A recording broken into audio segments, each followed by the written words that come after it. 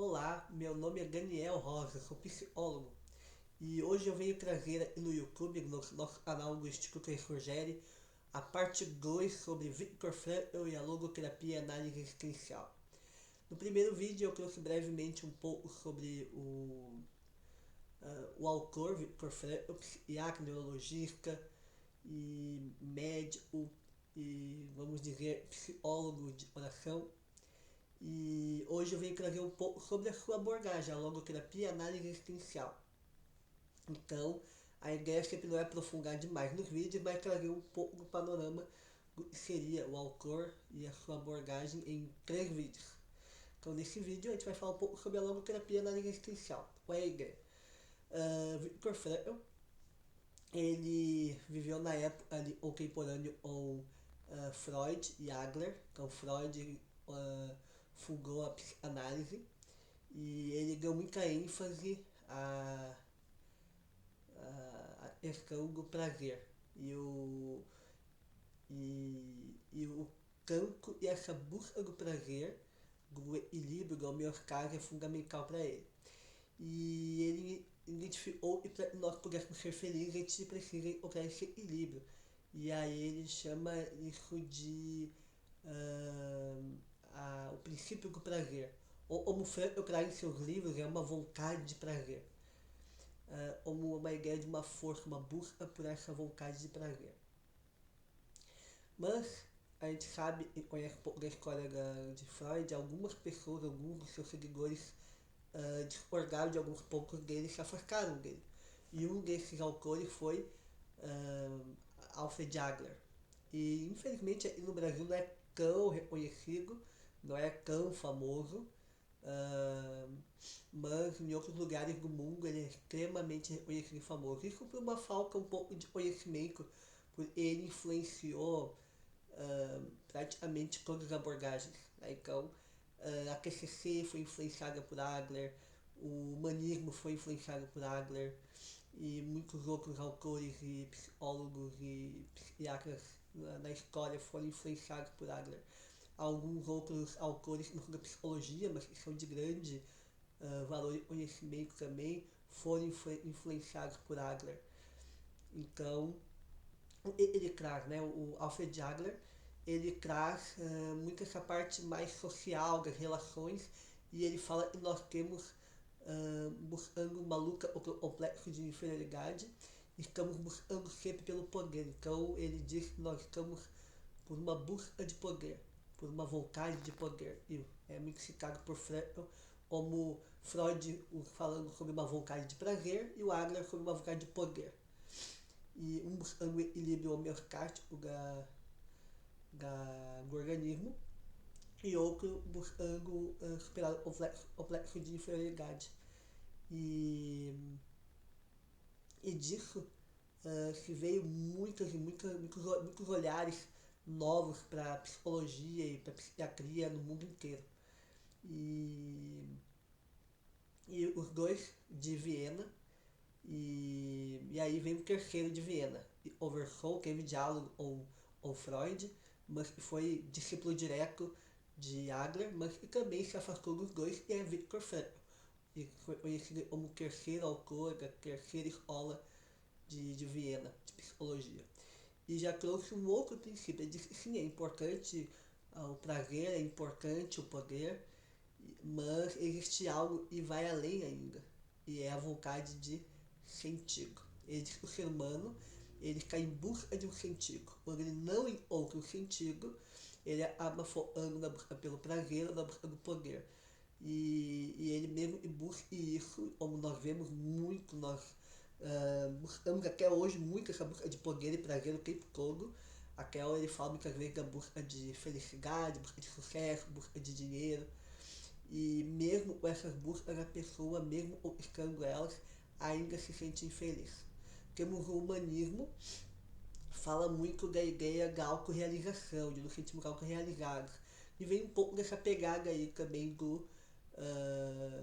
de ambos os autores, Freud e Adler. Mas também eu disse que a motivação primária do ser humano não é a autorrealização. Sempre que a pessoa busca essa autorrealização, ou o prazer, ou o poder, ou a felicidade, ou o sucesso, ou o dinheiro, ela se frustra. mas somente quando ela encontra um sentido, ela se sente realizada. Mesmo ela não tenha poder, prazer, autorrealização e tudo mais, e eu falei anteriormente.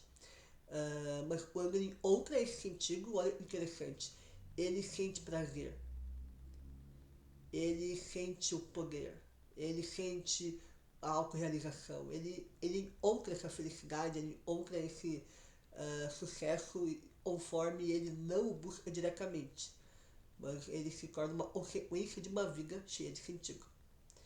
E ou muitos uh, discordam em certo ponto o Frank ele inventou isso nos campos de concentração. Isso não é verdade.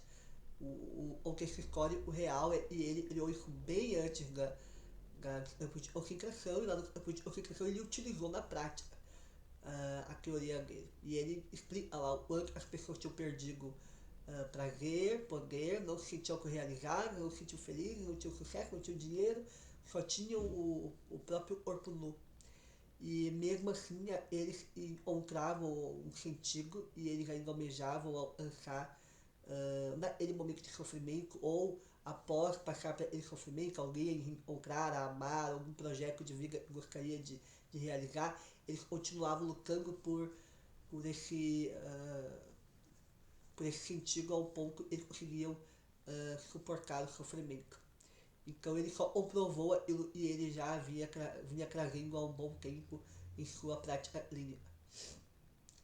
Frankl ele bebeu muito da fenomenologia e do existencialismo, mas ele também não se considera um existencialista como os outros. E até mesmo a sua forma de ver a fenomenologia também é uma forma única de ver a fenomenologia. E ele até também concorda em muitos pontos com várias abordagens, várias teorias, mas também faz críticas a elas. Críticas não de uma forma de repudiar elas, mas de mostrar que, bom, não é bem assim, que esse outro olhar também é importante. Ele é um autor muito reconhecido e amado por todos esses autores. Eles admiravam muito ele. Até mesmo Aaron Beck e outros autores mais contemporâneos, também o Al Rogers, admiraram, fizeram declarações do quanto admiravam o Frank e o quanto ele os inspirou. Ele conseguiu ajudar até mesmo alguns autores bem importantes, como Maslow e outros, a mudarem um pouco essa perspectiva da sua própria teoria e reformularem ela devido a conversas que tiveram com o Frank. Ele é o autor e olha o ser humano em uma tridimensionalidade, ele olha em três dimensões. Então a maioria dos autores fala de uma questão biológica e do psicológico, e sempre trazem esses olhares aí dos dois. E ele, mesmo que a questão social não seja uma dimensão do ser humano, mas seria uma relação aí fora, mas que afeta assim o psicológico, ele traz uma terceira dimensão, ele diz que é propriamente humana. Então ele enfatiza e trabalha muito a dimensão biológica, ele é um médico, neurologista, psiquiatra, fala muito da questão psicológica, ele entendia muito sobre isso, falava muito sobre isso. Mas havia algo que diferenciava ele bastante dos outros autores, e é a dimensão noética, ou noológica, e vem da palavra nous, e significa espírito, mente. Então, eu vou explicar mais pra frente melhor isso, mas quando isso foi traduzido para o inglês e para o português, houve um grande preconceito. É uma teoria religiosa, mas não tinha nada a ver, porque essa ideia de espírito não tinha a ver com religião, tinha a ver com a questão da parte do ser humano se é livre e autoconsciente, diferente dos animais, por exemplo. Então, por exemplo, o cachorro vai lá e faz o xixi no poste, na árvore, e ele não sabe porque ele faz isso, ele só segue o instinto. Ou porque ele foi condicionado, tem os condicionamentos, e ele foi condicionado ali para poder fazer o xixi em um local específico. Mas ele nos pergunta por que eu faço xixi aqui. A partir de hoje eu vou criar um local específico, vou começar a urinar apenas ali. E ele não pergunta qual é o sentido da vida, por que eu existo, por que eu estou aqui. ele não, também não fica olhando para si, questionando o por ele estar fazendo determinada coisa, por ele não mudar de ideia, por ele não criar algo novo.